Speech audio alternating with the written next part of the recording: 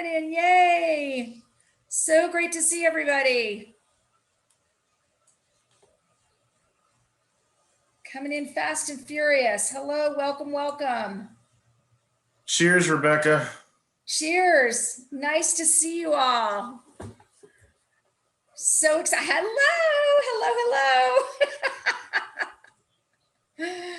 Hi, there's Andrew. Hello, Andrew. As you know, I'm not going to be able to say hello personally to all of you, but I will find you. Great to have everyone. These are prompt Zin lovers. Yes, absolutely. So wonderful. All right. Well, we're off and running. We're off to Paso Robles wine country. Yay. As you know, I think all of you know, I'm Rebecca Robinson.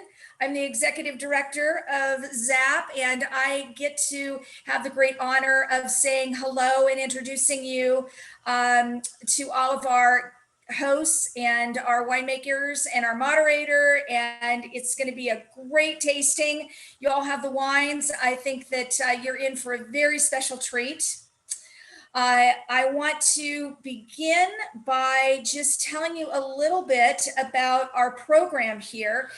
This is Legendary Zinfandel Vineyards, and this is a campaign that we launched almost 2 years ago now.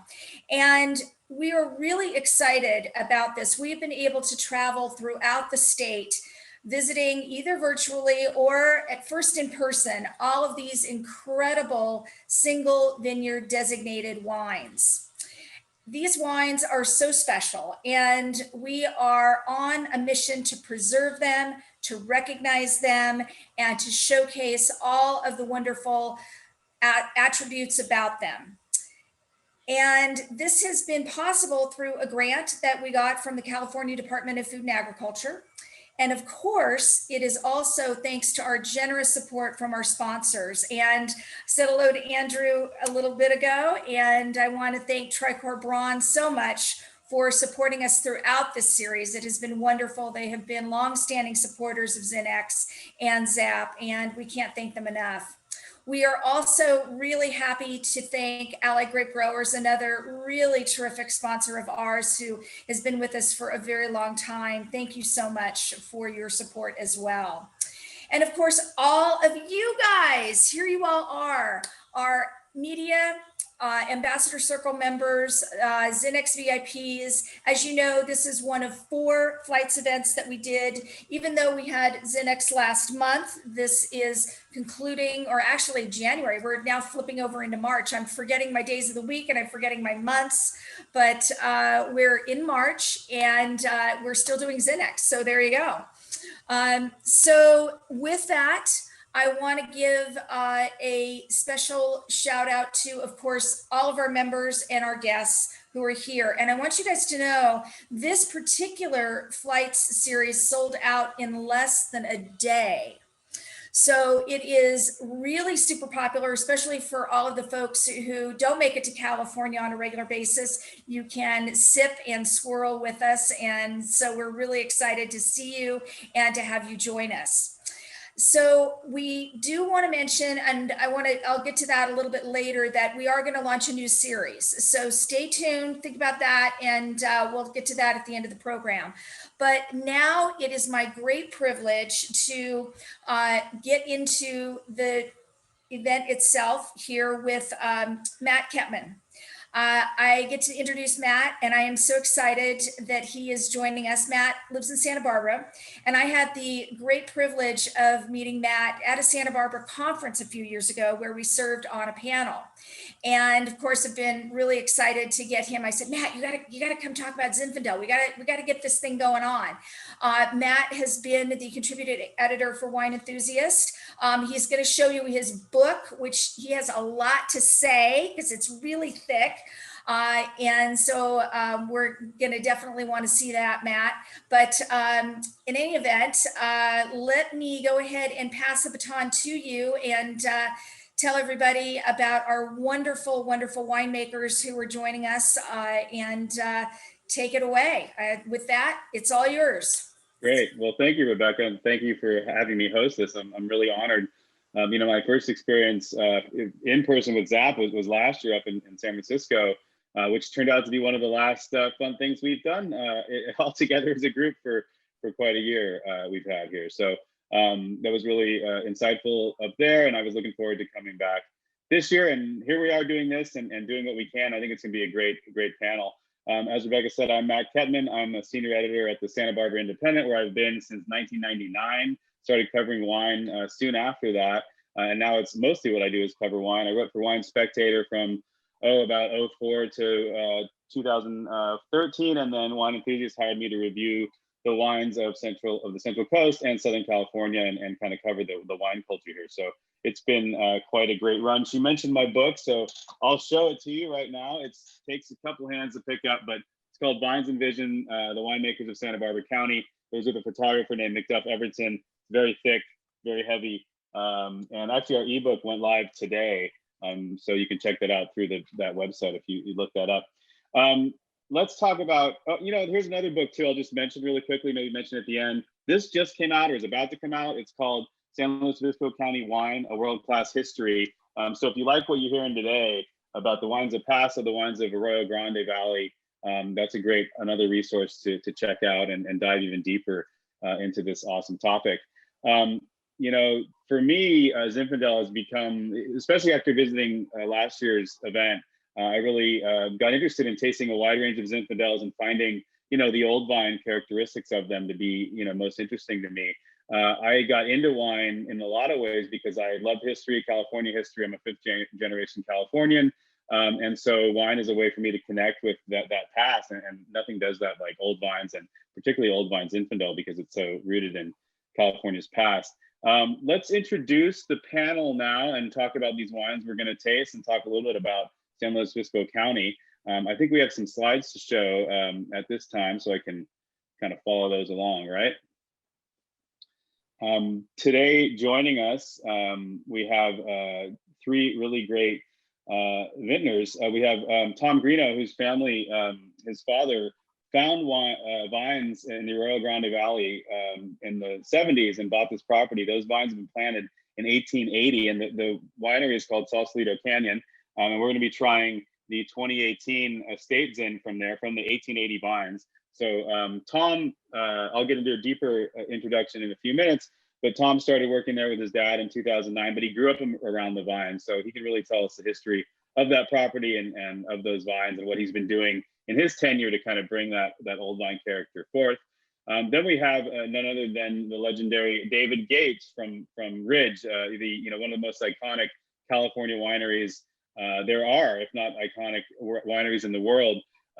He is in charge of properties up and down the state, including the famous Montebello property. And he also works with growers in other regions, including in Paso Robles, where he works with the Benito Ducey Ranch, which is super old vines. And we'll be trying the 17 Ridge Paso Zinfandel. And we'll hear a little bit about David's history on the farm in Minnesota too. So I'm excited to hear about his upbringing there as well. And last, but certainly not least, we have Jordan Fiorentini, who I've known for a number of years, really right after I started at Wine Enthusiast. I got to hang out with Jordan. She comes from Georgia, actually, where she helped her dad plant vines many years ago, then made her way up through Davis, Napa, was at Chalk Hill for a number of years, and then came down to really help Epic Winery, which is a really showcase property, actually a number of properties in Paso Robles, and they make a Zinfandel that gives a nod to a composer that many of you may know or may not know, named Paderewski, and they have a vineyard named after him. So she can tell us a little bit about that history and about her Zinfandel and about what Paso is doing when it comes to Zinfandel and old vines and that sort of thing. I was, we'll hear a little bit about it, but they actually found some old vines that Paderewski probably planted. And so they're trying to bring those back to life too. So that'll be really exciting to hear. So without further ado, I think we jump right in here to wine number one, which is this 1880 Sausalito Canyon Old Vine Zin from the 2018 vintage. This is made by Tom Greeno. So a little bit more about this property. In 1880, a British guy named Harry Ditmas, I hope I'm saying his name correctly, planted these vines in Arroyo Grande, which is, southern part of San Luis Obispo County. Actually, can we go to that map? I forgot to go to the map of all the vineyards that was on there too. I can hit that up real quick. So we're looking at, we went through these, where we're starting first is the Sausalito Canyon, the one in the south. So it's the southern edge of San Luis Obispo County. To get there, you actually drive through the town of Arroyo Grande. You go past Talley Vineyards, you go past Lake Lopez, and you wind up in this really mountainous area where this vineyard is located. It's cougar country, it's bear country. It's really kind of a land that time forgot. But Tom Greeno's dad, Bill, who grew up in Santa Barbara, by the 70s, Santa Barbara was too urban for him. So he went looking for a new place to live, something a little bit more rural. And he found this property, which basically had these vines on it, from my understanding, that were essentially forgotten. There were 3 acres of Zin that had been planted in 1880 by Henry Ditmas, as I mentioned. And so Bill brought those back to life and was able to release his first vintage in 1982. And it's kind of remained somewhat of a secret, I think. I mean, I'm from, I live in this area and I didn't know a lot about it until I really got into wine professionally. So I think it's, to some extent still a secret, and it'll be fun to taste these wines and talk to Tom. So Tom grew up in the canyon there, running around the gnarled vines. And he almost went into other jobs, but the vines lured him back. I was able to visit there a few years ago and hung out with Tom and Bill. And it was great to see these vines. They're head trained. They're in this kind of crazy canyon, and you have old structures there too, old little cellars that you can pop your heads into. So, Tom, why don't you tell us a little bit about yourself and your property? Tom's a little soft-spoken like his father. They're really humble people. They really love focusing on the wine. But tell us, about your upbringing and what it was like living amongst those vines as a kid. I think we lived out there, the whole family, for I think like 2 years, and then we ended up moving into town. The story is, when I came home from the hospital, my sister had broken out in chickenpox. So my parents decided that it was time to move, with 2 kids, time to move a little closer to town. But then we always did, weekend trips out there. Yes, I grew up out there. The house is still the same, the winery is still the same. But yeah, it's been great. Because we probably have like 25, 30 acres fenced in, and about 12 acres of vines. And then we have 320 acres total. So it's kind of pretty, it's kind of out in the middle of nowhere. We're in between power grids, so we still run everything off of solar panels and batteries and generators and things like that. So we got internet about 10 years ago, which was pretty big. It made things a lot easier. I got to throw out the yellow pages, which was fun. And it's just kind of a cool spot, and it is pretty isolated. And what are some of the fun stories your dad would tell when he was out there? I mean, is it true that those vines were, they were totally overgrown from what I understand? Were they actually forgotten? Was it something that he kind of stumbled upon? Yeah, they had been abandoned in the 30s, kind of late 30s, for labor shortages. And then they were still in production throughout Prohibition. But then the owners just kind of I think they couldn't get any labor. So they just sort of abandoned it and turned it into cattle land. So it was like kind of known, but they just looked like, there were just piles of wood with just, grass growing all around them. So you wouldn't really know it was a vineyard unless you really got out there and looked at it. So most of the top growth was all pretty much dead, but the whole root system was still alive. So still putting out new growth each year. So my dad, cleared away all the dead growth and then dug down to the root head and then trained up a shoot and then started, and that became the vineyard that we have now. And they were just surviving on there without water, obviously, for decades and decades and decades. Yeah, no water. The first time we ever put water out there was during this last drought, because we usually get about 24 tons for the whole vineyard, and we got, I think, like 5.7 the first year and like 7 tons the next year. So we had to put some irrigation out, but we still, we don't really have a lot of water in general, so I don't use it all that often. if ever, really.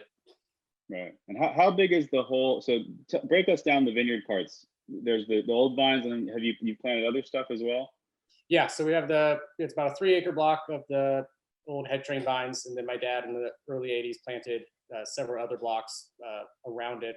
One of them, he took just cuttings from the old vines and planted there, so we call it like our heritage block. So it's all its own clone, and then we also have some Cab and Cab Franc, and there's been some wild vines that are kind of growing on the hillside by the winery, and climbing up into the oak trees and everything. And I got them tested a couple years ago, and it turned out to be Charbono. So they also had Charbono out there. So we're gonna graft those to some vines this year, and then hopefully start a little less than an acre at the Charbono as well. And so how many acres total? It's about like 12. Okay. And you use them all, or do you sell any of the fruit? No, we use it all for I think we do like 4 or 5 different estate blends. Mm-hmm. Great. And so what do you find special for those who haven't jumped with us and started trying this delicious wine? Now's the time. There's a question actually from the crowd before we move on. Did your dad, this is from Jeff Crowley, did your dad clear the whole vineyard at once, or did he clear a few vines first to see if they would produce enough fruit? No, he did the whole vineyard at once. We actually had to go through several times because he used the stakes he used for training them up were too flimsy. So he got a big storm and they all blew over and broke. So we had to go back through and tie everything back up. There was a definite learning curve at the beginning. And how long did it take to get a real crop off? And I think the first vintage I read was 82, but was there stuff before that? Yeah, that was the first commercial vintage. He sold fruit to I believe Santa Barbara Winery, and then Jim.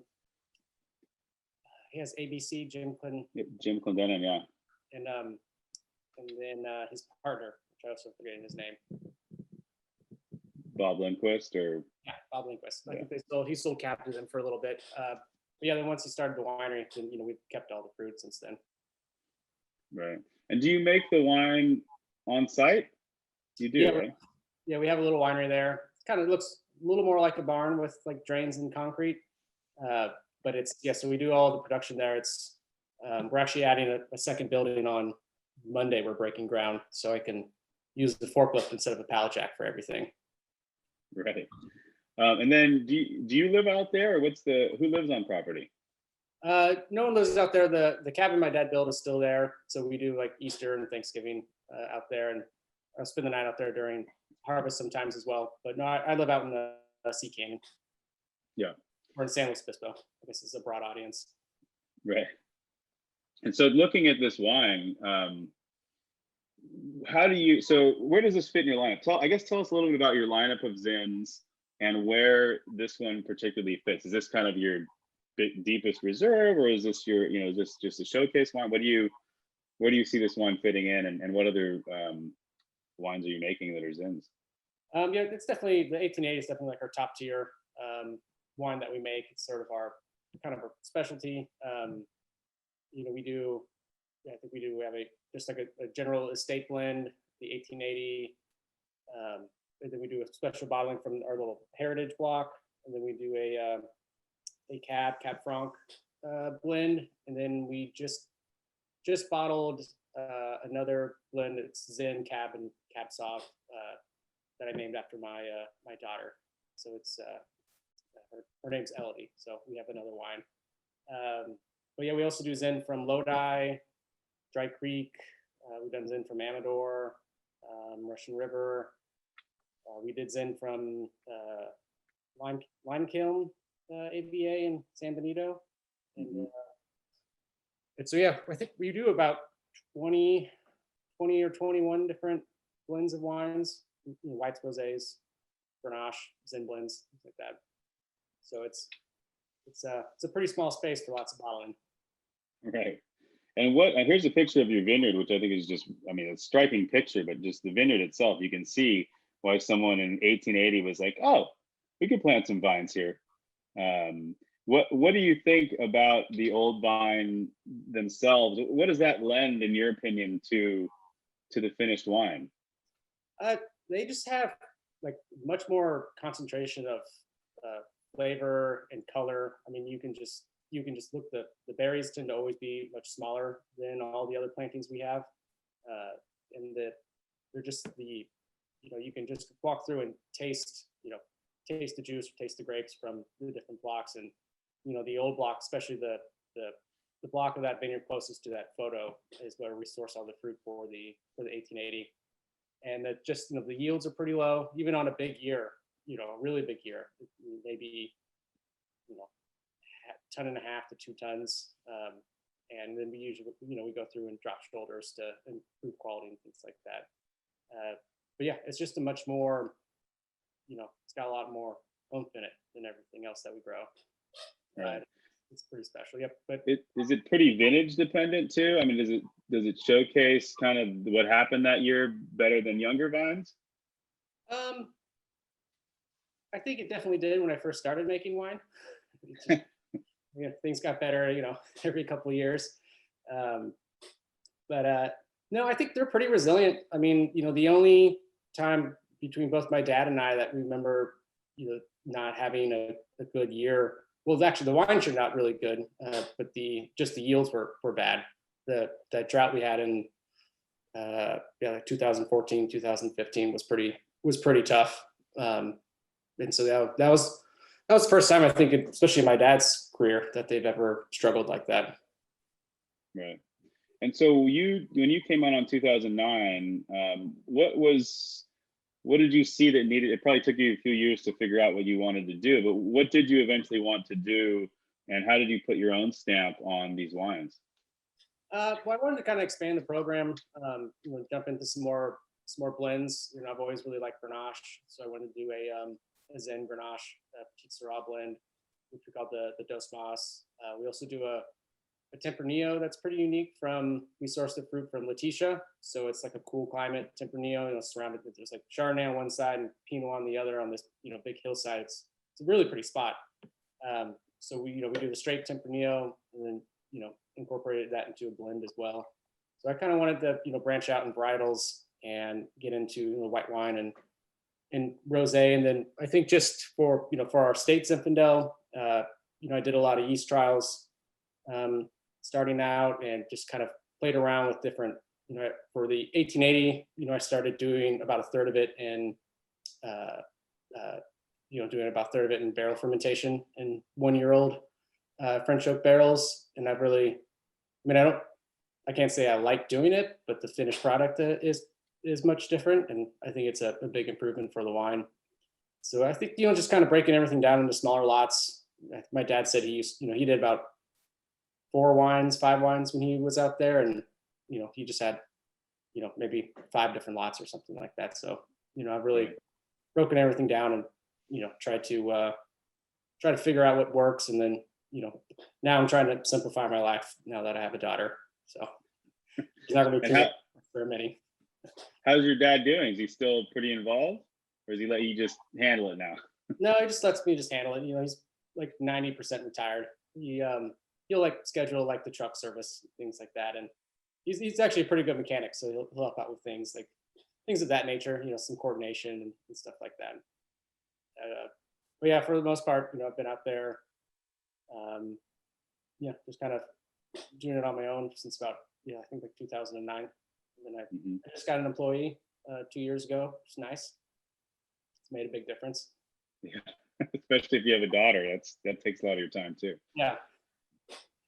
Well, it's a lovely wine. Do you ever have to deal with like bears eating your? I mean, it's really wild country out there. Do you deal with bears eating your fruit, or other wild animals we don't know about? Oh yeah, they're always out there. And you always know when there's a bear around, because the deer fence will just be flattened, and there'll just be like piles of scat full of seeds, just all over the vineyard. But we've had, the foxes have always been a problem. Pigs have always been a problem. Anything that will eat a berry is pretty much in there, and you can't keep them out. Right. So luckily, the pigs they do the most damage, but their populations dropped down a lot since 2013 was the worst. And they were everywhere.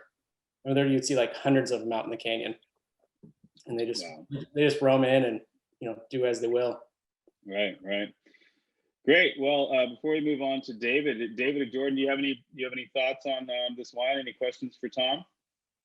It's a really intense wine, but it really, I don't know. It has an acidity that seems to just maybe be natural in the vines and persistent. But yeah, our acid level has always been pretty high. I've had upwards to like 9 grams a liter. But I would say like probably 7.5 is usually pretty normal.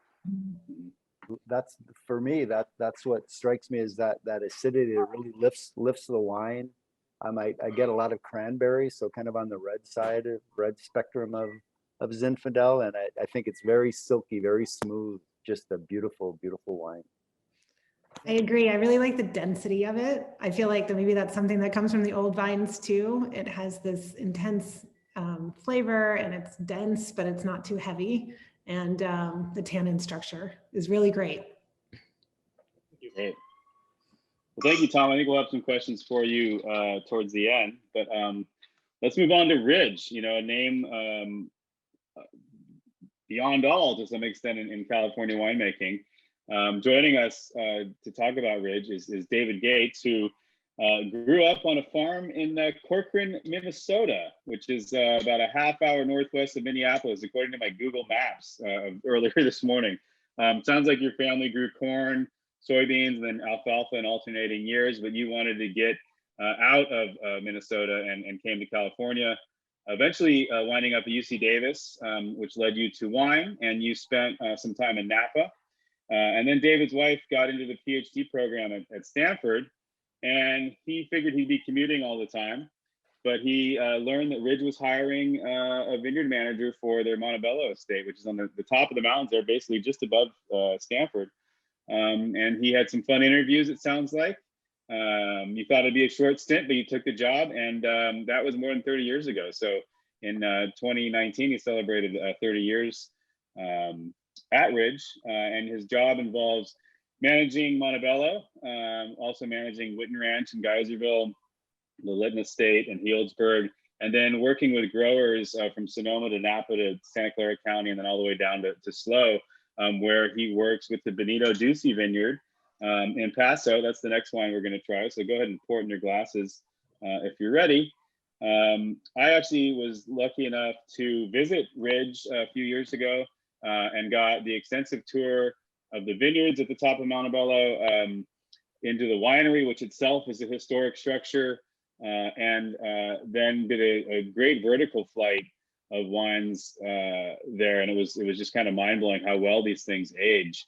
And then on top of that, just this last year, one of the few vineyard trips I was able to do during the pandemic was up to Paso Robles, and I happened to be at Benito Ducey Ranch when they were harvesting the wines for the Ridge Zinfandel from there for 2020. And it's quite a fascinating property. The vines clearly look like they're old vines. They're actually right next to 101. So when you're driving 101, for those who know California, you have if you're going north, you have the Dante Ducey Ranch, which was planted a little bit later off to the left, and you have the Benito Ducey off to the right. And actually at the Benito Ducey Ranch is also this, it was their old tasting room. They were the first tasting room on 101 in California history. And in this little shack, nice shack, there's all these old vintage bottles from, the 50s and 60s of when the Duceys were making wine. And now Janelle Ducey again makes wine under the family name, but there was kind of a gap there. Anyway, Ridge has been sourcing from this property for a long time, probably one of the reasons it's still in existence. And so you can see on the map here, it's just to the right of 101 there, and not too far from the Paderewski Vineyard. So you're you'd technically be on the east side of Paso, but you're right basically in the center there. You probably get some nice wind influence from the Templeton Gap. So really an ideal place to grow grapes, which is evident in the fact that it's still there many, many years later, a century later, essentially. So David, let's get into your history at Ridge. Tell us a little bit about the Ridge history. Not everyone maybe knows some of the backstory. And then we can talk about this wine that you're sharing with us today. Oh, sure, Matt. Thanks. Thanks for having me, everybody. I'm glad you guys all signed up and are listening in. Yeah, so Ridge has been around as a winery, incorporated winery since 1962. It's kind of, I consider it kind of the second wave of wineries after Prohibition ended. So the first wave were all the families that had held on by hook or crook to their vineyards and wineries through Prohibition, and then kind of reopened after. Well, it took a long time for wine to kind of take off in the U.S. And it really wasn't until the late 50s, early 60s that people started to, usually having other jobs, then started to get into wine and started founding wineries. Back then, there weren't many. And Ridge started with a purchase of some property up on Montebello that had Cabernet Sauvignon and a little Chardonnay and some, of all things, Ruby Cabernet on it. And so they thought they were going to be a Cabernet house. But you have to remember, back in the 60s, in California, the only Cabernet vineyards were already spoken for. They were owned by the few existing wineries that were there, and planting them, for those wineries. So they found out early by working with 10-year-old, kind of fairly mature vines, and then some old Zinfandel on the hill, that they found that working with older vine vineyards was really the way to go, because they didn't farm the grapes, but they could rely on their quality year after year. And that's one of the hallmarks of a mature vineyard. It's better modulates itself through the different seasons. And so they went out to buy Cabernet grapes. There weren't any, but there were lots of old Zinfandel vineyards. So they were in the Zin game. So in 66, we started with Geyserville. 67 with Benito Ducey, who had just kind of closed up shop. He was sick of selling wine retail and wanted to just farm, because that was his heart. In his heart, he's a farmer. And he came to with Dave Bennion, our founding winemaker, and they became very good friends, and sold him some wine. And then by 76, we went back. So a little bit of a gap, and we've been there ever since. Benny passed a year and a half ago. He was just a sweetheart, salt of the earth. He grew up on that ranch, and farmed it his whole life. And he always teased his brother Dante, who married and had kids and had to actually feed them in the 60s. And Dante had to pull out maybe half of his vineyard and to plant wheat, because wheat was like a cash crop, and that's what he needed to do to survive. Those vines or those acres have since been replanted, but Betty never let Dante forget that, which is pretty funny. And he went on to consult. I know particular vineyards, even in Santa Barbara County, that were trying to do dry farming. He went around the state and kind of helped people figure out how to dry farm, which is a critical lesson, especially as we get into more and more drought situations. Absolutely. Like I say, Benny was a consummate farmer, and his attention to detail is amazing. I mean, the vines. One thing about the vineyard was planted in 1923, I believe, and it was own rooted, and the oldest vines, and it's about 30 acres, and because it's own rooted, and it's on limestone soils, but it's not like limestone on the west side of Paso. So it's all limestone washed out from the river, from the Salinas River, and so it's this alluvium that's high pH.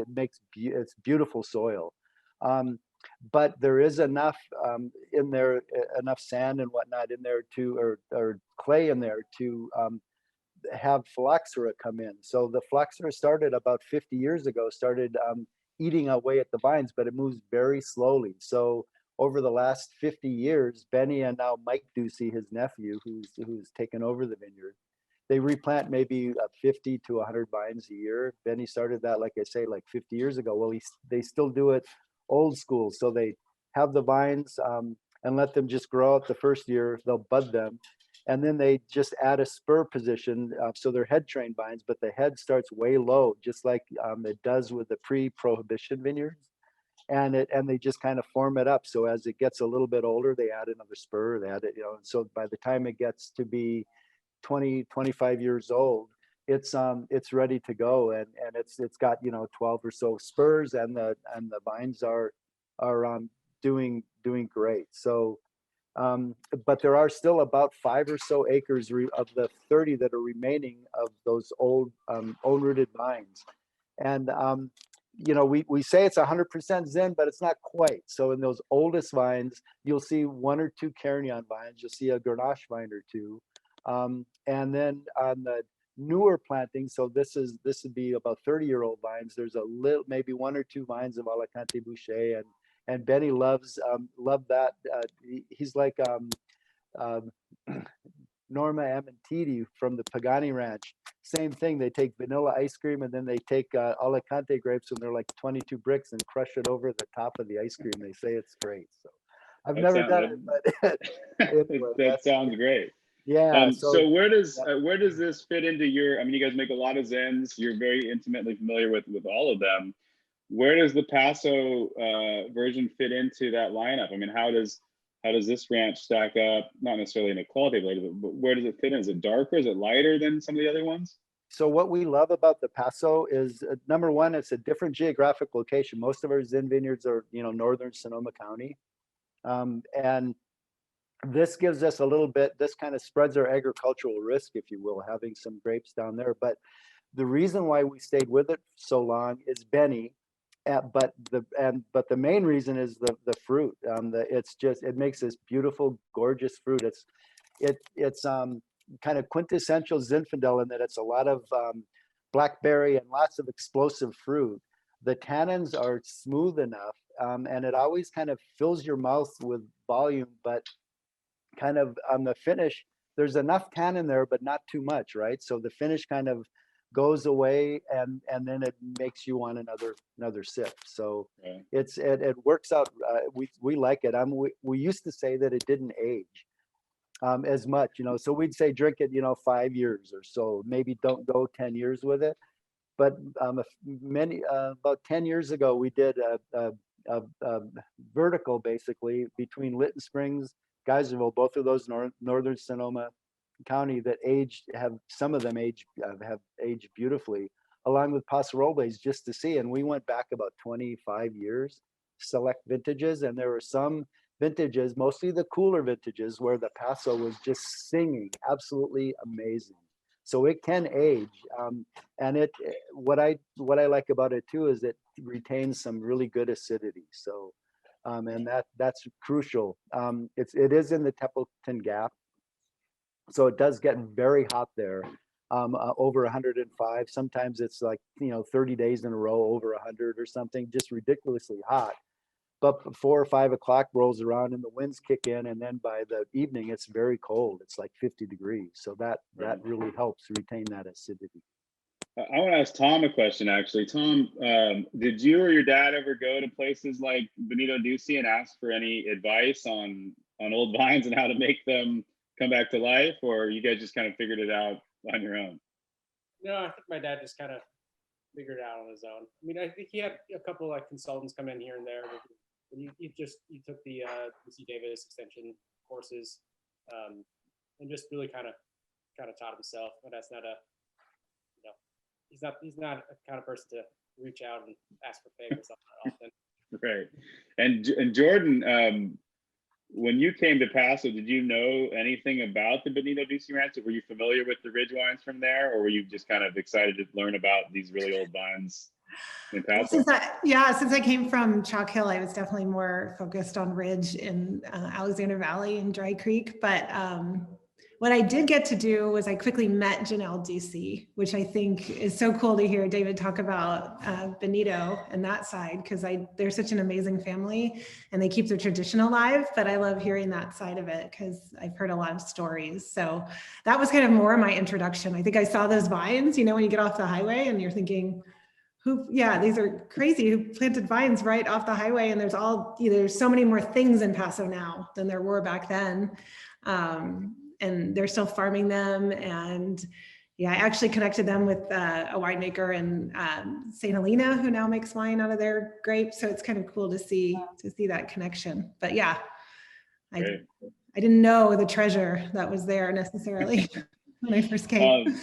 And then logistically, David, these grapes are processed up in Santa Cruz, or where do you process? Or in Santa Cruz Mountains, where do you process them? Yeah, so they're picked, of course, and then we truck them that day up to Montebello, and so we've done that for years. And back in the day, Benny would take 2 days to pick a load of grapes for us. So the first, he would pick in these tipster dumpsters that would tip.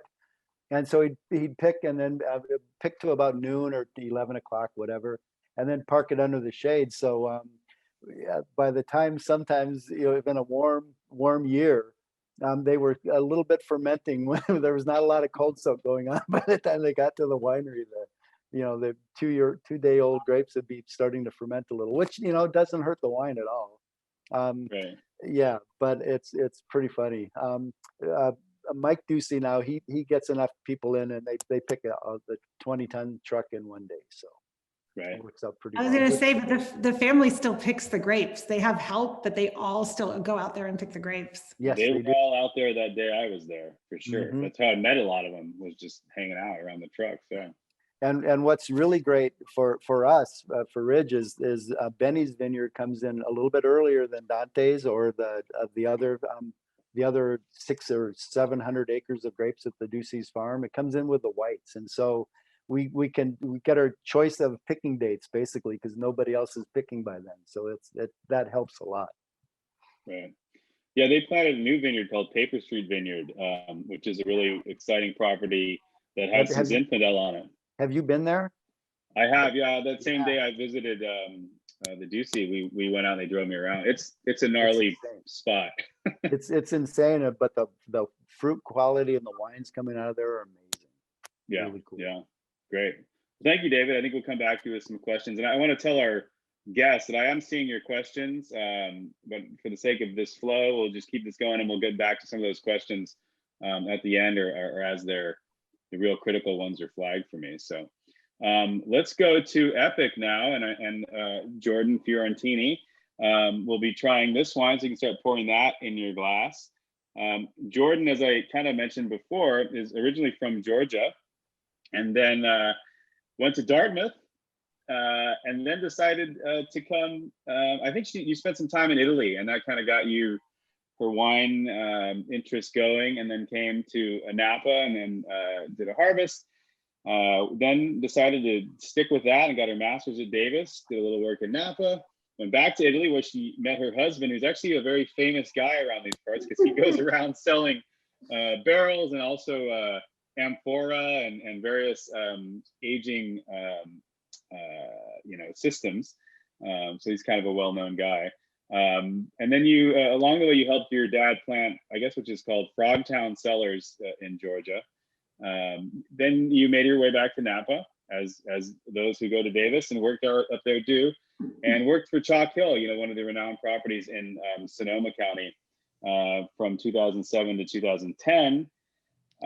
Epic, the owners of Epic at that point were getting ready to be quite serious, and they did, from what I understand, was a pretty extensive search looking for the right winemaker to take this ambitious property off the ground and really into the kind of upper echelons of California wine.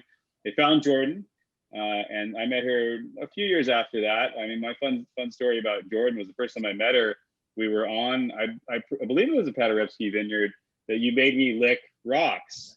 There was this white chalky rock coming out of a mountain, and we pulled over and she's like, lick it. I'm like, okay. And sure enough, like, you can taste that chalkiness. And so now when anyone asks me from wine reviews, what do you mean it tastes like rocks? I'm like, well, let me tell you a story. It was a very, very useful experience, but it was really true. I mean, the one crazy thing about Paso Robles is that there's this crazy calcareous soil that is, limestone-like, and makes for some really fascinating wines. The other thing about Paso, I know David was talking about the hot parts where it can be 100 degrees and up, which is true for a lot of the region.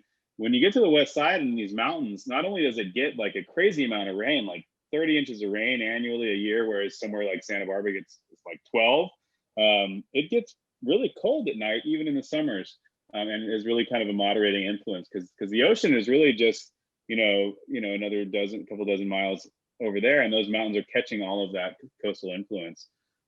So anyway, the other thing that's cool about Jordan is she is an artistic person. So she actually does these crazy tasting notes for her wines where she kind of draws the experience of the wine out. And I think especially for the Epic Wine Club, those have become a really fun thing. So, and after I licked those rocks, she took me down in this part of the vineyard where there was a bathtub where I think they believe Paderewski took some baths back in the 1800s or 1900s. So, so while I pour this 2018 Zinfandel, Jordan, why don't you correct all my errors of your introduction and tell us about Epic and your vineyards.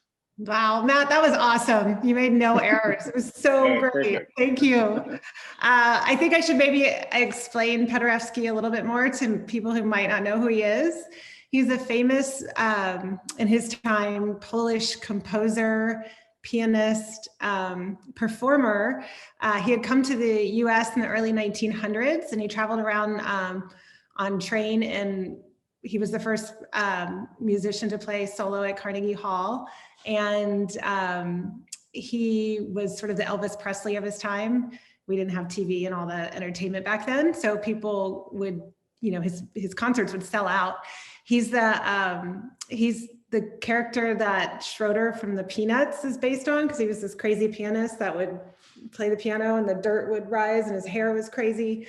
So anyway, he had bad rheumatoid arthritis, and the story goes that he was probably traveling between San Francisco and LA, and Paso Robles is equidistant between the two of them. And he stopped in Paso, and his doctor told him to soak in the mineral hot springs that were abundant in Paso, and we still have them today, but probably not as many after several earthquakes. And he soaked in the hot springs, fell in love with the area. His doctor was also his real estate agent, and sold him 2,000 acres on the west side of Paso. So he was a very forward-thinking man, and he planted vineyards back then. We actually have copies of communication between him and some of the UC Davis professors of his time, and he's inquiring what varieties he should plant to make fine wine. And they told him Durif and Zinfandel. So Durif is Petit Syrah and Zinfandel. So he planted both those varieties. The heart of the property that he planted is now what we own as Epic, and we named it the Paderewski Vineyard after him. So the old adage is his wine was more coveted than his music. So we take great pride in the fact that we have this piece of property and we sort of resurrected it into a vineyard once again. And you guys have, one time I visited your farmhouse on the other property, you guys have an extensive stack of well-organized information about him too. I mean, and was a completely fascinating guy that I don't think a lot of people know anything about. He actually also signed the Treaty of Versailles. So he ended up being prime minister in Poland, and just he did so many things, but he loved the United States and he loved America. And just the other part to the story, another historic family in Paso at the time were the Yorks. They had the first bonded winery in San Luis Obispo County. And the site of the old winery is now Epic's tasting room. And our winery is right next door to that. And Paderewski had actually had the York brothers make his wine back then. So we kind of put the history of Paso back together with the Epic project. And that's great. I love the story, is awesome. That is the reason why we planted Zinfandel. We're really focused on Rhone varieties, but we wanted to listen to the past as well. And so how much Zin did you plant? I'm acreage wise, gosh, it's probably about, I'm trying to think, about 10 acres. But we sell a little bit of it, and we make about, depending on the year, 300 to 500 cases. So it's one of our smaller bottlings. But I think I want to sort of to tag on to what David said. It's very important to me that this wine is a very high-end fine wine, and it can age beautifully over time, and it shows the site. So that has always been my get-go, from the beginning, that I want the Zin to be as fine of a wine as everything else that we make, and to really, in some sense, I think it does actually show the vintage and the growing area better than some of the other varieties. Right. And how do you find Zin as a blender? Because you do put it in some other blends, right? So yeah, we do put it in we have a blend that's sort of a snapshot of all of our vineyards in one vintage. So it's got percentage wise, usually, it's Syrah dominant, it's got Mourvedre, Grenache, and Tempranillo, and then some Zin. And I think it adds a fruity and acid sort of spice to the wine. Where Zinfandel is playful, I try to take it on the serious side. And so yeah, it's a great blender for that. And it really shows our vineyard as a whole. Right. And tell me about those vines you told me about on email. So you did find some old stuff and you guys are playing with it? So at Paderewski, it's very hilly. And so the vines the area that we think Paderewski planted was on sort of the lower lying areas because it was easier. We didn't have modern viticulture back then.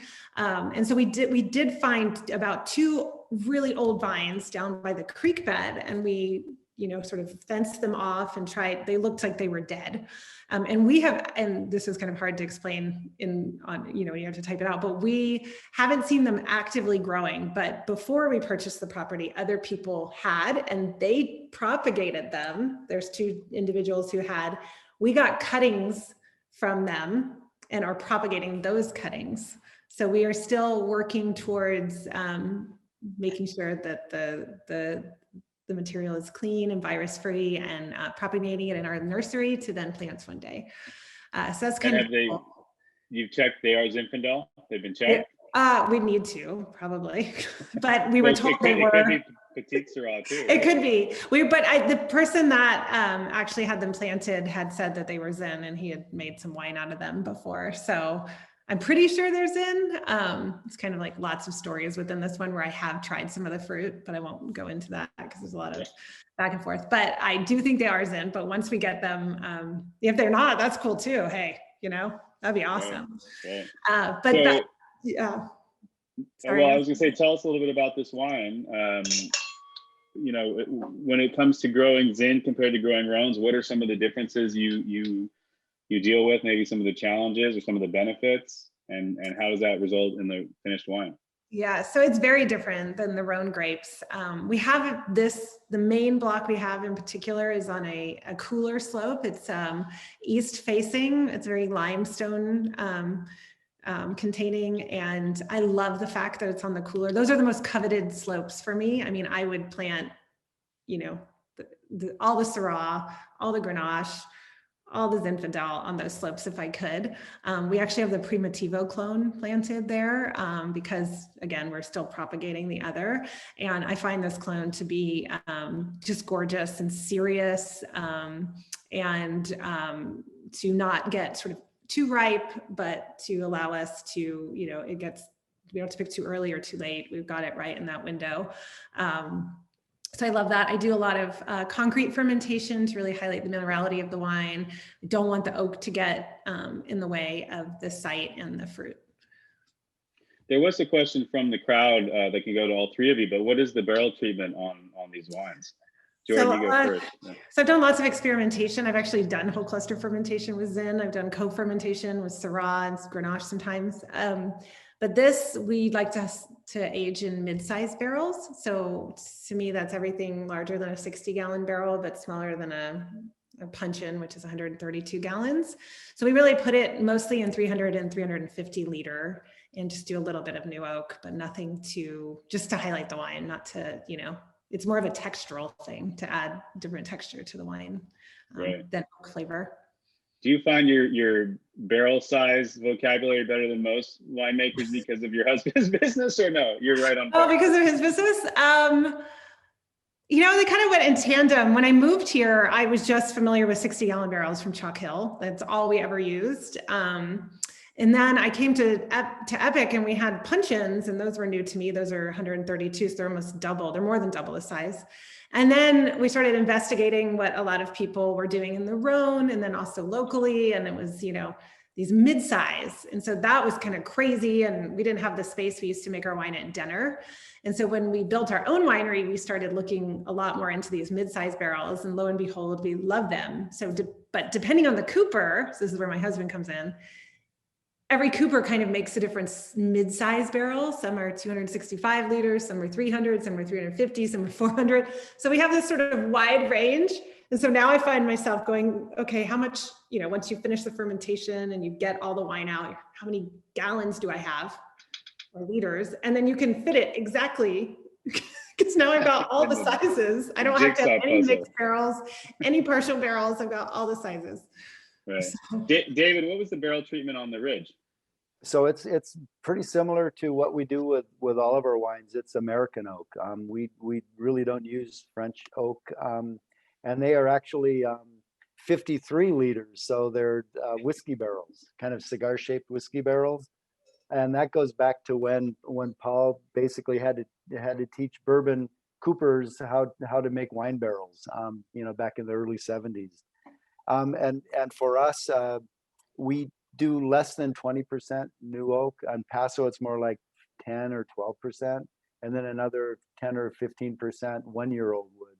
Then all the rest are very neutral. So we get a little bit of the spice from the American oak on those first, about 20-ish percent, 25%, and the rest is all neutral. Really important, though, we feel, to age it in barrels.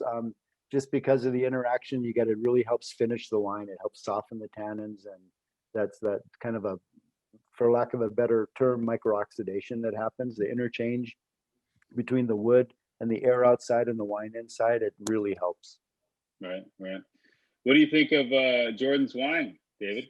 I love it. I think it's serious. I love the tannins on it, and the aromas are absolutely gorgeous. And I see that it's got this really great richness to it that I think is really nice, very intense too. As intense as the 1880, but in a different way. So the 1880 is more linear with the acid. This is driven by the power of the tannins, and it's a very for me, voluptuous wine, very sensuous wine, very nice. thank you. Wow, that's cool. Yeah, intense. I think the intensity of the environment, I find that on the ridge too. I think you can tell they're both from Paso. The richness on the palate, the extract, but then there's this balance between acid and voluptuousness. Yes. Yeah. And that was a question. I mean, David kind of addressed it in one of the other ones, but one of the other questions. But is Jordan, from your experience on the North Coast, how does Paso Zinfandel compare? I mean, you just kind of addressed it, but I mean, there's a richness there that's not up there, or what would you say? Yeah, I think there's a word. I even heard Tegan Pasalacqua talk about it because he's the Turley winemaker on the North Coast and has his own brand. But there's sort of an extract that is inherent in all of Paso wines, and you can tell it's from there. And it's not necessarily just tannin; it's just sort of a weight to them. It almost can be perceived as a sweetness, but it's really just the intensity of the fruit that this area gives us. But then we also have the acid because we have the diurnal temperature swings. So you pair those two together, and you have a character of wine that isn't like anywhere else. Right. And you find that on your Rhones too? I mean, generally speaking. I find that on the Rhones too, if I compare them. I mean, there's not very many California places that are doing what Paso is doing, but if I compare them to old world wines, I get that as well. And depending on the vintage, if it's what happened in the vintage, you get more or less of that. If it's a cooler vintage, you might get more old world character, but if it's a warmer vintage, it obviously is riper, but it tends to still have that sort of yin and yang. Yeah. This is kind of a funny question, but is there anything you're doing, Jordan, to ensure that the vines that you've planted and are nurturing and caring for have the stability to become old vines in 100 years? When your grandkids are having kids, perhaps? Yes, that is such a good question. It's something I think about a lot, because if you look at newer vineyards versus older vineyards, that we not only are using, different rootstocks, but we're also planting closer and we're trellising. So on our new plantings that we've done, actually, we've gone to head trained and we've gone to wider space. So we're trying to balance the two to reach the point where we think is, less water needed, potentially could be dry farmed, we use biodynamics in the vineyard, really focus on the soil health to make sure the root system is really healthy. And then hopefully they will stand the test of time. Yeah. Great. Tom, we have you back there. Just one quick question for you, then we can move to any other questions from the crowd, or shoot to Rebecca for the outro. But what was your barrel treatment on that 1880? We asked everyone else, so some people wanted to know. Let me check the notes because I don't remember. Yeah, so about a third of it was barrel fermented and 1 year old French oak, and then it's about 28% new French oak. Great. And what do you think of the Epic wine? You like that, Tom? It's really nice. Yeah, it's it's got a lot of complexity. There's not a lot of heat in it. It's a really nice, like, good intense example of Zin. Great. The Ridge wine I had like a really nice, like, there's kind of like a medicinal note in the nose that I really enjoyed, and then there was also like a really good, like, kind of cinnamon flavor in mouthfeel. Right. And I should mention there is another great book that I wrote about, actually. Sean Christopher Weir, who's a PR guy up in Paso, wrote a book called The Mad Crush, and it was all about his harvest living at Tom and Bill Greeno's Sausalito Canyon Vineyard. It was quite a romp of a wine book, and it sounded like a great time. He lived in that cabin out there, I gather. Yeah. He lived out there he had a cat. I think his name was like Crazy Horse or Charlie Horse or something like that. Charlie Horse. Yeah, Chris is a fun guy. Okay, Rebecca. Well, I'd like to thank all the winemakers here: David from Ridge, Tom from Sausalito Canyon, Jordan from Epic. I think we learned a lot. We tasted some fantastic Zinfandel. Rebecca, if there's any questions we didn't hit, let me know. But I think we got most of them, and they answered all my questions, so that's all I care about. Boy, Matt, what a fantastic session, I have to say.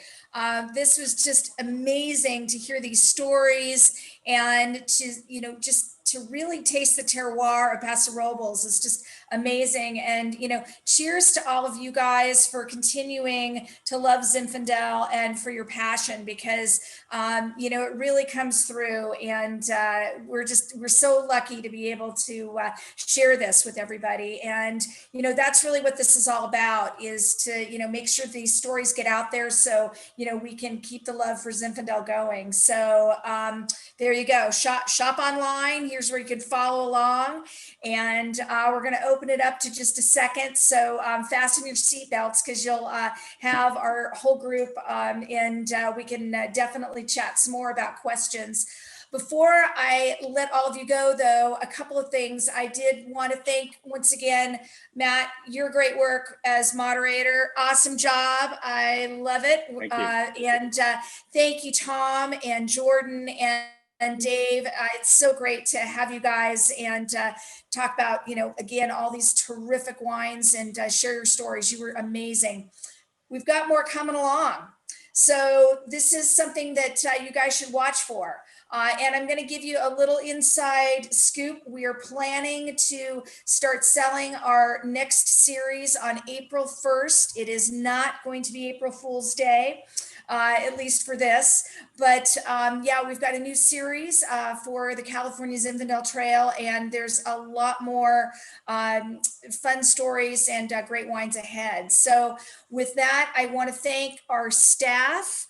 Robert Larson, who's been the wizard behind the scenes, coordinating our media, and Shanna Bull, and of course, Leah Delira, who's been making everything happen, as well as Glenda Cunningham. You guys are awesome, and couldn't do it without you. So thank you for your work, and let's get the party started. And I'm sure that there's going to be some more questions coming up. So I guess what we can do is let it rip, right? Here we go. So if you're going to have a conversation with each other, keep yourself on mute. If you want to have a conversation with us, then go ahead and unmute, and we'll talk. So come on, everybody, let's get together. Here we go. I'm a little scared. I don't know what's going to happen here. Yeah.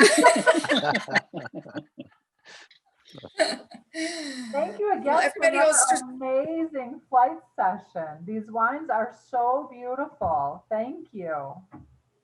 Thank you. Yeah, this is You a. guys did a great Good to job. be Well thirsty. done. Thanks, Matt. Thanks, David. Thanks, Jordan and Tom. Thank you. Really good stories. A lot of fun to listen to. We love hearing the history behind the vineyards. Mom and I were commenting on some of the great stories we were hearing tonight. We enjoy isn't the it great fact, that California winemaking goes back that far? Yeah. right? We enjoy the fact that we get to learn about new wineries to us. Good. There you go. So we're on the, oh, it always moves on. Excellent. No, it's- Hi, Jeannie. It's nice to see you. I see you brought your kitties along to, You know, Zooming is, they think it's a call for them. They're both here, just, I'm getting them out of the, keeping them out of the way. They're not drinking, but they're wanting to see everybody. Leah's cat joins us on Zoom calls all the time. Yes, that's true. Yeah. It seems like each time we do one of these, everybody's got 3 bottles of wine open and is preparing some sort of amazing dish to accompany Zinfandel. What's going on out there with food? I haven't started yet. Nobody's gonna eat dinner tonight? We have a I think homemade- I'm we making have a bean and homemade cheese chicken pot burritos. pie in the oven tonight.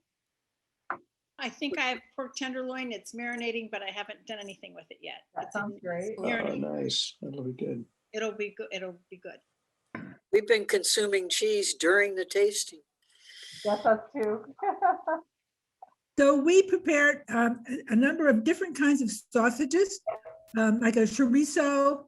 We're in the East, you know, we have Portuguese around us, so we have a lot of chorizo and different kinds of, again, mostly Portuguese sausages, and some green peppers and onions, and put them all on the grill. And we've been enjoying those along with a little bit of ciabatta bread. That sounds yummy. Well, Not just, it is so, it can go with so many different dishes. You know, you can go barbecue, but then all these different meats. And if you have spices, it works out really well too. So I find it really forgiving and flexible, which is nice. I'm sure like the winemakers get asked that question all the time, right? What do you pair with this?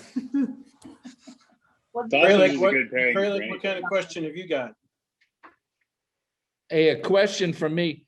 Why is the Saucedo Canyon so much fruitier than the other ones? They're all great wines, but noticeably more fruit.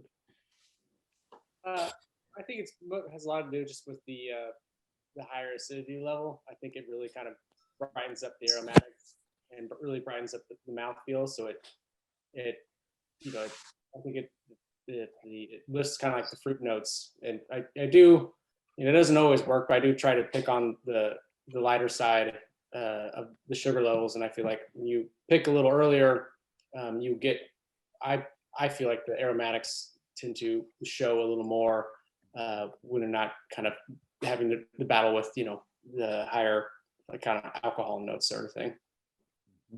Totally agree. The other thing that my mom and I noticed when we commented across all 3 wines, they have an elegance to them.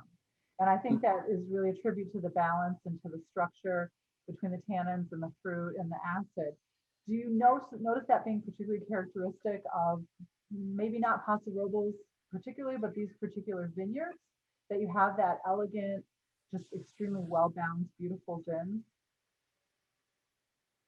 Yeah, I would say Becky did a great job of choosing the vineyards. No, there's a reason why it's Legendary Vineyards. They make more elegant wines. Yeah, when I started making wine, you know, I have a degree in history, and so you know, I can't say much about my winemaking skills back then, but you know, we sold all of it, so I didn't mess up too bad. So yeah, I think the fruit, you know, Can you hear me? the vineyard side, I think, really makes a big difference in the quality of the wine. Well, and you know that old story, right, you guys, that the wine always tastes better when you drink it with the winemaker? There you go. Certainly hope that. Certainly appreciate it more. Yes, definitely. That's terrific. Matt, what did you learn today that you didn't know? I'm gonna put you on the spot. What did I learn today I didn't know? I know a lot, Rebecca. I learned about Jordan's those vines that are happening. I mean, I learned that a little bit earlier today, but that was new to me. I always love to hear stories of rescued vines, essentially, and because while they might not be old vine plantings of a huge vineyard, they are still linked to that past. I mean, I think that's really cool. I mean, hearing about David's history and all of that is great too. I mean, it's always interesting to me to find out how people got into the wine business and why they did. That's really what's driven me. I mean, I love drinking wine. Don't get me wrong. I love the flavors of wine, the aromas of wine. But really what draws me to the topic are people and places and history and stories. And I think all three of these, wineries really exhibit that, perfectly. One thing we didn't get to talk about, which I wish I had asked David, is that he was one of the founders, I believe, of the Historic Vineyard Society, which is doing a great job to protect old vines up and down the state. Jordan mentioned Tegan, and I had talked to Tegan about a week ago. And so we had talked about that, but it's a fascinating organization that really deserves a lot of support and attention because they're really protecting these places. Zap's doing a great job, I think, of bringing attention to them, and then Historic Vineyard Society is really kind of saying, hey, these are the places that we need to look at, that we should, pay attention to and protect as much as we can. Because I was just down in Los Angeles County looking at some vines for a different story, and there's some old vines there, especially just east of in San Bernardino County, in Rancho Cucamonga, some old Zin vines, Right. and they're just constantly under threat of development. And even though they're historic treasures, they're probably going to disappear because there's so much urbanization going around them. Like, as an owner, at some point you got to say, okay, I'll take the $50 million and not continue to make not very expensive wine. So I don't know, it's I think historic vines are really important, and I'm really glad to have been part of this series, and I hope you guys keep amplifying old vines as much as you can, because they don't come back. You can't get them back. Once they're gone, they're gone. That's so true. Yeah. And I think one of the great things that we've done today is to put that focus on Paso Robles and on San Luis Obispo, where Sausalito Canyon Vineyard is. It's so important because Paso Robles has grown so much over the last 25 years. It's amazing, the success of the wine region in general, but we really have to, benchmark that history and make sure that, we say, hey, there is this wonderful treasure that belongs to this region, and we want to celebrate that. And I think, Jordan, you said it so well too, about these wines expressing the terroir so well. And, that's another aspect that we've been learning about through this journey of the Legendary Zinfandel Vineyards project, is that it has been amazing to see the differences in the different wine regions around Zinfandel and how it's so expressive. And if I could add one other thing to the terroir pieces, are the people that are actually farming the vineyards. And a shining example of that is the Ducey family. I mean, Benny Ducey's vineyard there's a freeway. On the opposite side of the freeway is a strip mall. On the south side of the vineyard is a cement plant. On the north side is a brewery and a gas station and a yard, garden center. And on the other side of the Salinas River is a big subdivision. So if it wasn't for the Ducey family keeping those vines in the ground and actually working with them and being successful at it, you wouldn't have that terroir. It would be another, I don't know, a Costco, something. It would be something that would not be good, that we don't need more of. We need more old vines. But anyway. Well said. Well said. By carrying on from in Oakley, California, like right by the Delta. Good land. Vineyard. Yes. I haven't been up to the vineyard yet, but it's, I look at Google Maps and it's just surrounded by, like strip malls and industrial yards. And then there's this pretty significant sized vineyard just in the middle of concrete and cement. It's 100-year-old vines, and so it's really nice that it's I think 3-generation farming family. Nice that they're stuck it out and the and continue kind of continuing going, because the carry on from there is great. It's amazing. It's a really cool spot, and yeah, it's hard, especially up in the Bay Area. There's so much more development and staying, kind of leans for more roads or power lines, whatever it is. So it's hard to keep everything going. Basically, your kids have to want to do it, which is what I'm doing. And it'd be one thing if they Good for made you. bad wines, but as we can tell, old vines make pretty darn good wines. So I have a question for David, if My I could ask. question it. is, My what question other has to do. wineries down in Pasco? Oh, I'm sorry. Go ahead, Jordan. Jump in. It has to do with, and you guys maybe have hit on this in other series, but why is Zinfandel the vine that's become old because that's what everyone planted, or is it because, and I think I know the answer to this, it's able to deal with aging much better than other varieties? It doesn't, it's not susceptible to virus and other things. I think, Jordan, I think it's a little bit of both. It is very resistant to wood diseases, as are Carignan and some of the other white grapes that you'll find, like Palomino or Burger, Montbadan. It is less susceptible to wood disease, which is what takes out Petit Syrah at a young age, or Cabernet Sauvignon or Petit Verdot, other varieties. But it's also the fact that it's a very versatile grape, right? You can make it as white Zin, you can make it as port, you can do anything in between. And so I think that helps quite a bit too. And the other part of it is that I think this is pre-prohibition, so these are really old vineyards.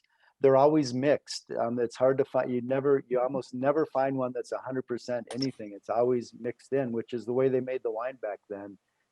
But Zinfandel was always the core to it, because Zinfandel brings the fruit, it brings the sugar, and it brings the consistent yields. And then you can build, depending on where you are, you can build other varieties into that. So if you're in an interior valley, the further you get away from the bay or the marine influence, then you add more Carignan or other varieties that have more acidity. Or if you need a little bit, Zinfandel sometimes needs a little bit of punch in the middle, and that's Petit Syrah that does that. Or other varieties that mimic Petit Syrah, like Trousseau, or what's the other one?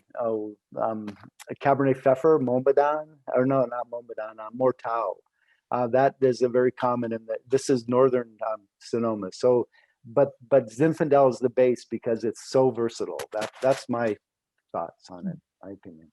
Well, and so to jump on, so Tom, you're a history major, I'm a history major as well. So, kindred spirits there.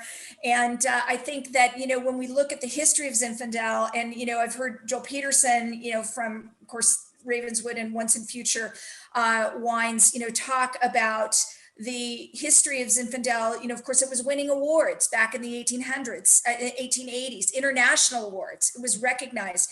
And then when Prohibition hit, they were able to do those Zinfandel bricks and ship them off. And oh, heavens, do not add water. You do not want to add water. You don't want to get those bricks to ferment, because, they're going to turn into wine, and, heaven forbid. But, there was a lot of home winemaking going on with Zinfandel and kept those vines in the ground. And so, as we look at that, there's a reason, because it was producing great wine, and, it did have that versatility. And so, there's that history there. And I think one of the things that we've really tried to do with this program is to really showcase the elevation of Zinfandel, and that it truly is a world-class wine that can compete on an international stage. And, to Matt, to your point about, the need to preserve and to, really recognize that, that's really what this is all about. And the folks here tonight, they get that. And it's so exciting to see, and everybody is spreading the word.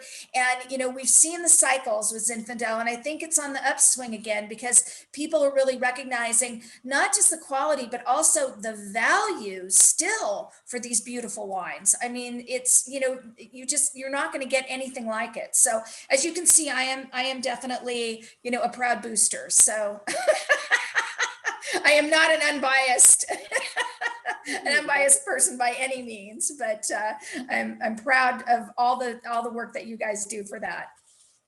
So Rebecca, as a newer member to ZAP, I'm curious, you showcase all the wineries really, really well. I'm interested in, what does ZAP do from a protectionist standpoint of the older vineyards, and or the just price per ton difference between turning them into cab?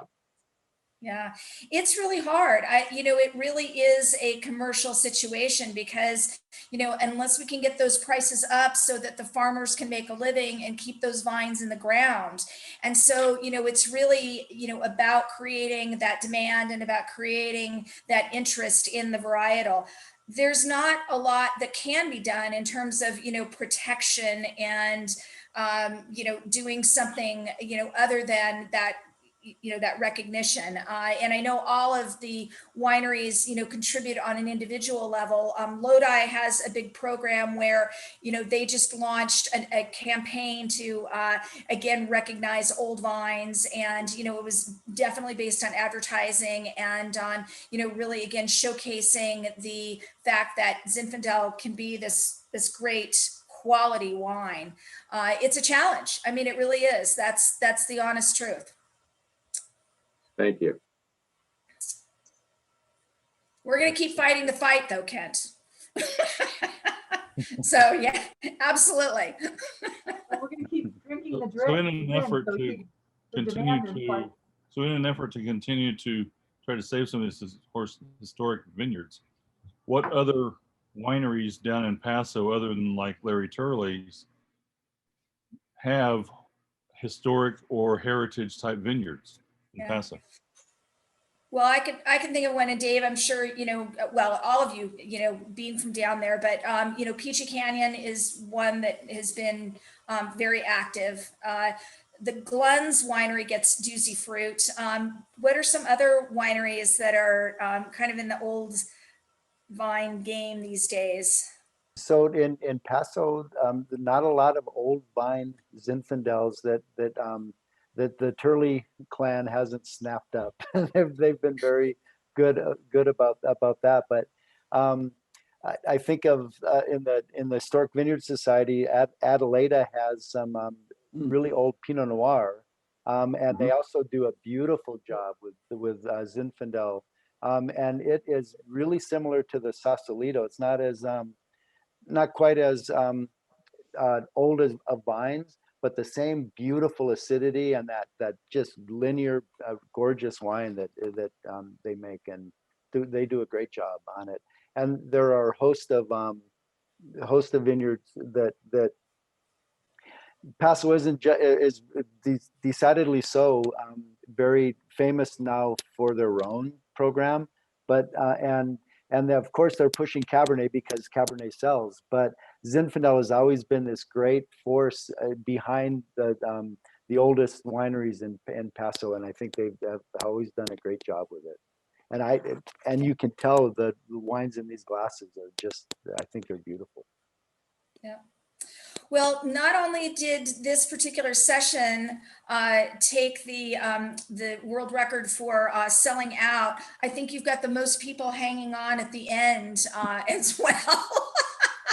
So, but I think we're going to have to wrap it up. I know we're taking you into your evening, and I just want to again recognize, tremendous effort, and can't wait to see you all in person. We're looking forward to celebrating in San Francisco next January for Zenex, and hope that we see you there. And in the meantime, keep drinking and enjoying Zinfandel. And thank you to all of you. And we will see you on the Zinfandel Trail. So thanks, you guys. Take care. Everybody. Yeah. Thank you. Thank you. Thanks, Bye-bye. Matt. Thanks, Jordan. Thanks, Tom.